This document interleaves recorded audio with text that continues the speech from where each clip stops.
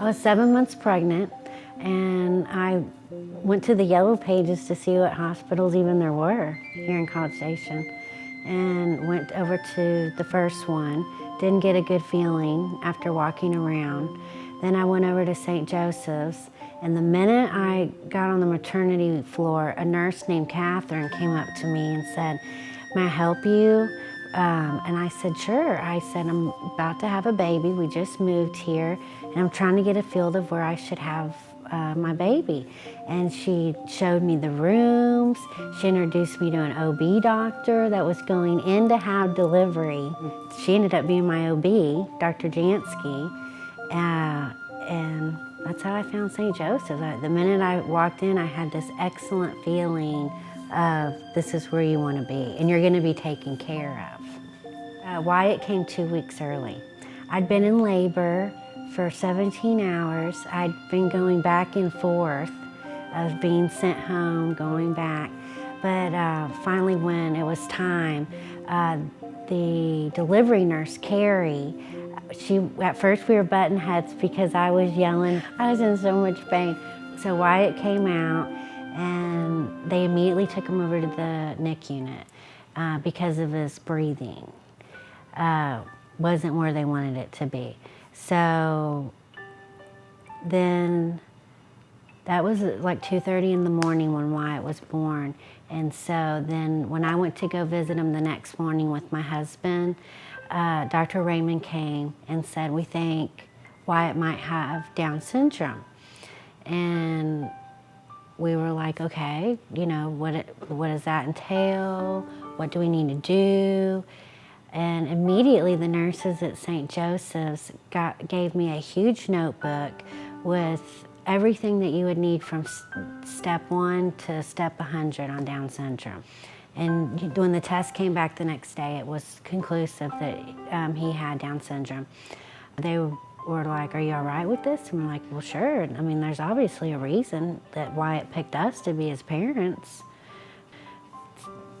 to help him. So we've got to, you know, step up. Here we go. You know, we'll go on this journey with them. We don't know where to begin, but we're going to find out the information we needed to help him be the best that he can be as he gets older with the help that he needs." And what was just so instrumental while being at St. Joseph's was the nurses. He was there for 20 days. They became his mother because I could only go every 3 hours for the feedings. They're the ones that he saw for the first 20 days of life. And if you ever walk into the NIC unit at St. Joseph's, the nurses have the smile on their face 24/7. As I've told my friends about my experience at St. Joseph's Hospital, they've been in awe. How the nurses how well they take care of you, and sincerely, that's the word. They really sincerely care. My friends are in awe because they've had their babies other places, and they seem to have that feeling of being shipped in, shipped out, and not that you become a family member once you have your baby at St. Joseph's. Now you're a member of the St. Joseph's family. I mean, I was in that NIC unit watching every single nurse. And those nurses, they don't take their eyes off those babies. They are constantly, and they're, I mean, I was there 20 days. I never saw one nurse have a bad day. I mean, they're all like, they're like, they love being there. They love these children. They take care of it.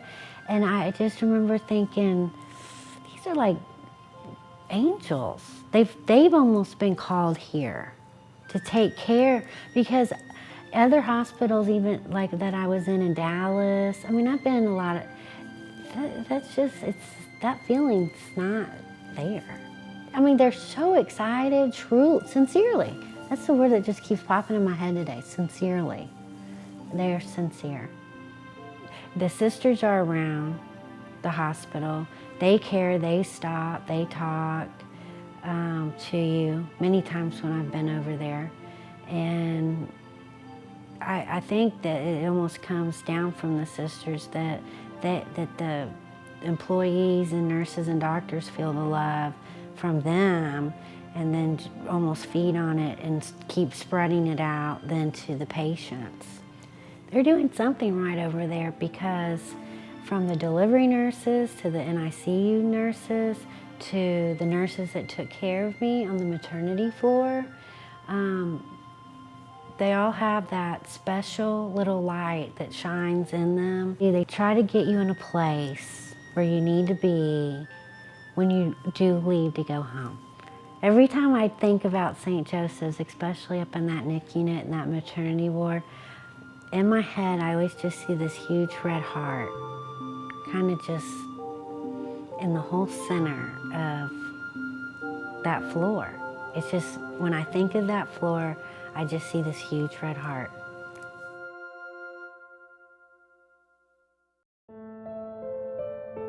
I was just praying. I mean, I wanted him, I wanted my baby to start breathing again. And Dr. Spahn and the team here saved his life. When I came in, when I was 24 weeks pregnant and I was in labor, I went up to the main hospital, and the doctor there, when they realized that I was in labor and it was progressing pretty quickly, they needed to transport me to Scott and White. And they were trying to get me on a helicopter that day, but there was a bad storm in Temple. And so they had to transport me by ambulance. When the EMTs arrived and they realized that I was only 24 weeks, they knew they couldn't stabilize a 24-weeker if I had him in transport. So the doctor, Dr. Davis, which was there with me, he prayed with me. He prayed with me in the ambulance. He prayed with me before he left the hospital, once they got me to Scott and White. And he prayed for me before we left St. Joseph's. And so, I really appreciated that. Well, he was a 24-weeker. He was a preemie, and so his airways never developed correctly. And he got a cold, and it just caused his airway to close. And so that's what had happened whenever we were up here. I got him breathing at the house again, and then I brought him here and he quit breathing again. So Dr. Spahn and the team here worked on him until they got him, intubated. I was in here during the whole process, and at the time their main concern was Lane. So, they weren't really talking to me a whole lot, but then afterwards, when he came and talked to me, he did tell me that, in his years of service, that he had never been so scared in his life. And that, but Lane was going to be okay at that point. Everyone here, the nurses, the respiratory team, the x-ray team, everybody here was excellent with Lane that night. They were all, working together. And it was all a team effort. They all played a part in saving his life. To me now, they're my heroes. The doctors here are very heroic. That's my personal opinion. I think Dr. Spahn was very heroic that night. Oh, St. Joseph's played a huge part in him being here and being alive and healthy today. Like I said it before, this last incident, in August, if it wasn't for Dr. Spahn, he wouldn't be here. He could have easily given up when he couldn't get him intubated, and he didn't. I will be meeting him tomorrow, for the first time since this incident, to thank him personally.